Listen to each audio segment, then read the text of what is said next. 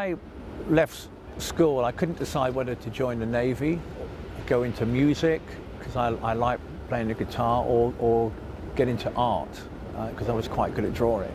And my dad was in the Navy, and he ended up being a butler, funnily enough, and I always thought that was pretty cool.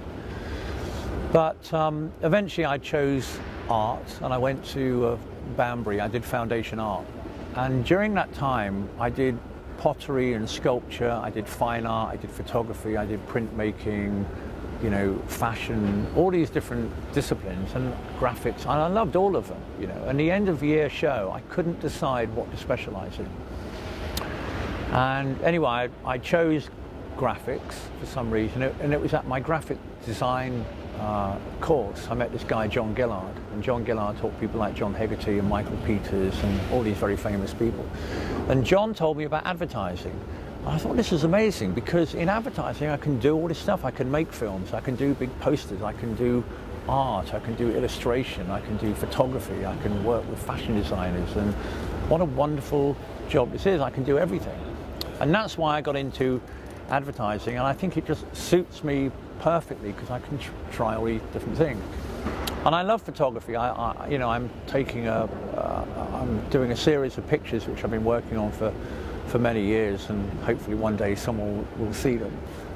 But I find it very easy to sort of jump around, and when the digital sort of revolution, if you like, came in, I found it very easy to jump into that, to try and learn about it. You know, I just love sort of jumping around, really. I think that, you know, I was very happy at M&C Saatchi. I'd been there 6 years, and we were winning a lot of awards. I built a very, you know, a great creative department, found a lot of young people from college and trained them up, and it was fantastic. And I don't think I would have gone anywhere else in London. You know, you can't go somewhere else and pitch against your own family, you know. And I was sitting in my office one day, and a headhunter called me up and told me about this job in China.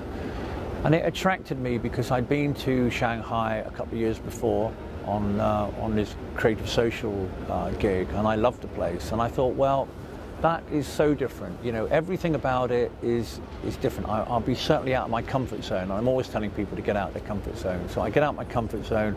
I can't speak the language. I know nothing about the culture. I'm incredibly naive here. I'll be on a huge learning curve. It's perfect, you know, and it was so exciting. And you know, I've been there 8 months now and haven't regretted it at all. You know, I make mistakes every week. You know, I say things that I think, you know, are the right thing to say, but unintentionally say the wrong thing. I've got a lot to learn, but it is fantastic, and I think for an art director, it's a visual feast. And you know, there's so many more opportunities, I think, in China than there are in the UK. You know, I mean, I love the UK, but over there it's a bit like the Wild West. You know, you can sort of do anything. Everything is so new. They've only been doing advertising for like 15 years or so. And there's such a desire to do well. There's such a desire to be number one, and everything goes much faster there.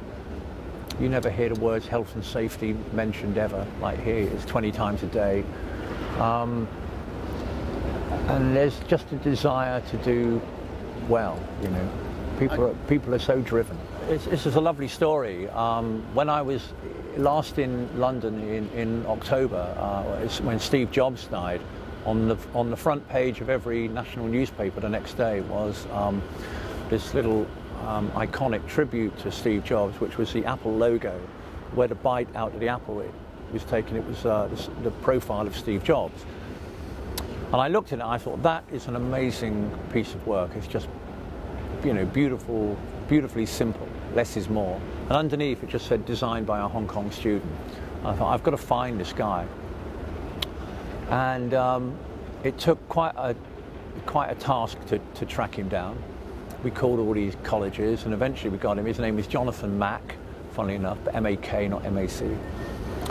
I flew down to Hong Kong to meet him, and I told him I loved his work, and he brought some other stuff along, and I looked at that, and that was equally great. And I said, what are you doing? He said, I'm on my graphic design course. He's 2 years in.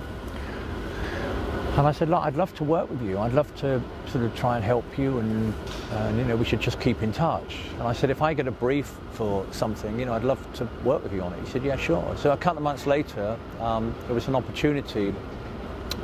We had a brief for Coca-Cola, and the brief was very simple. It was just about sharing a Coke. So I sent it to Jonathan and said, look, you know, no pressure, just have a thing. And about a week later, he sent back this really, really beautiful design, which was using the Coke white ribbon, the swirl. But at the thinnest point, he just did these little hands, and they were, one hand was passing the other hand a bottle. And so from a distance, it just looks like the Coke's one, and up close you see it's a hand passing a bottle. No headline, nothing, just brutal simplicity of thought. And I thought, wow, this is fantastic. And about a few days later, one of the Coke clients came in to the office, and I told him the story, and I turned the computer screen round and I showed him this, and he said, that is absolutely brilliant. I love it, I love it. And anyway, I left it with him, and you know, he sold it around to internally. People love it, and it's literally just gone up in Shanghai, literally yesterday, and it's already getting a lot of interest, and people are talking about it. And what I love about it is just a very simple thing for a big iconic brand, and I think it's an iconic poster. And how fantastic for this kid. And what I really, really like is how many times do you give people opportunities and they don't take it? Well, this kid, he took it, you know, and he grabbed it with both hands, and he did this beautiful thing. And you know, I told him there's a job at Ogilvy when you finish if you want it. Sure. Well, you know, it's very difficult in China. You know, as I say, it's a young market, so it's not as sophisticated as it is here in the West.